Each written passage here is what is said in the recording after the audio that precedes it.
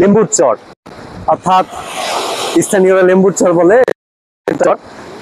আমি যদি আপনাদেরকে একটু দেখাই, এটা একটা বিশেষত্ব রয়েছে।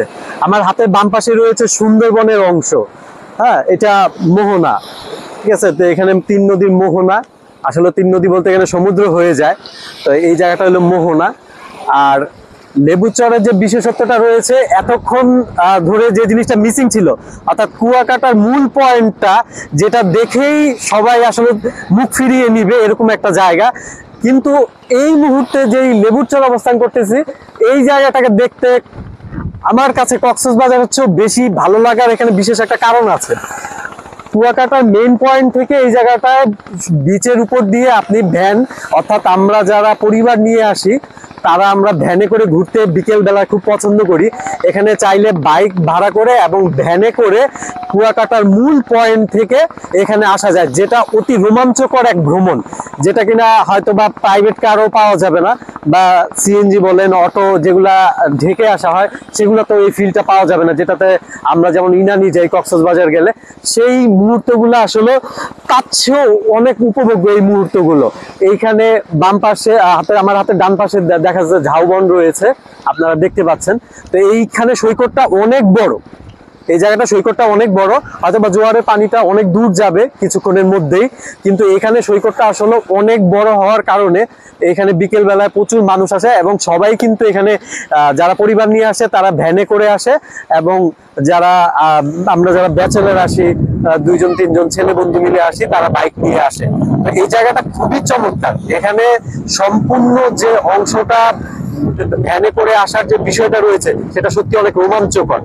তো এইখানে এসে আসলে ফিল হচ্ছে যে না, সমুদ্রের পাড়ে আসছে, সমুদ্র সৈকত থাকবে, সেটা বিশাল আকৃতির হবে, সৈকতের পাশে ঝাউবন থাকবে, আর সেই ঝাউবন আর এক পাশে সমুদ্র, এক পাশে ঝাউবন, মাঝখানে চরের উপরে দাঁড়িয়ে ঢেউয়ের যে গর্জন শোনার যে বিষয়টা রয়েছে, মন্ত্রমুগ্ধ হয়ে সেই গর্জনটা শুনবো, সেই বিষয়টা আসলে এখানে এসে পেলাম। যেটা কুয়াকাটার মূল পয়েন্টে এসে যদি কেউ ফিরে যায়, তাহলে সে আসলে কুয়াকাটার সৌন্দর্য দেখা থেকে বঞ্চিত হবে। লেবুর চরে না আসলে আসলে বোঝাই যাবে না যে এখানে সমুদ্র সৈকতটাও অনেকটাই কক্সবাজারের মতো। তো এইখানে যে বিষয়টা রয়েছে, লেবুর চরে অনেকেই এখানে সূর্য অস্ত দেখতে আসে, কিছুক্ষণের মধ্যেই সূর্য ডুবে যাবে।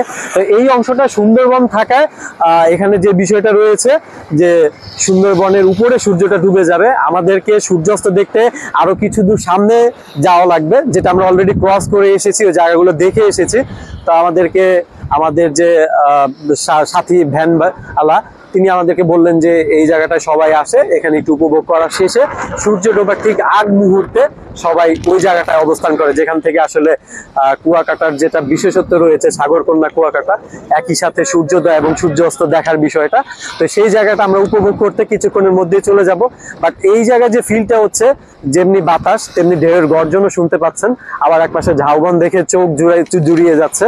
সবকিছু মিলিয়ে এই জায়গাটা আসলে খুব বেশ উপভোগ্য। সকাল থেকে যেখানে মন খারাপ হচ্ছিল যে আসলে কুয়াকাটায় মানুষ কেন আসবে, কুয়াকাটায় তো দেখার মতো কিছুই নেই, কুয়াকাটায় কোনো ওইভাবে সমুদ্র সৈকত নেই, ঝাউবন নেই, কিন্তু কুয়াকাটা আসার পর কক্সবাজার হচ্ছেও যেটা বেশি ভালো লাগলো যে ভ্যানে করে আসার বিষয়টা, যেটা কিনা যে কোনো পরিবারের কাছে বেশ রোমাঞ্চ এবং বেশ উপভোগ্য মনে হবে।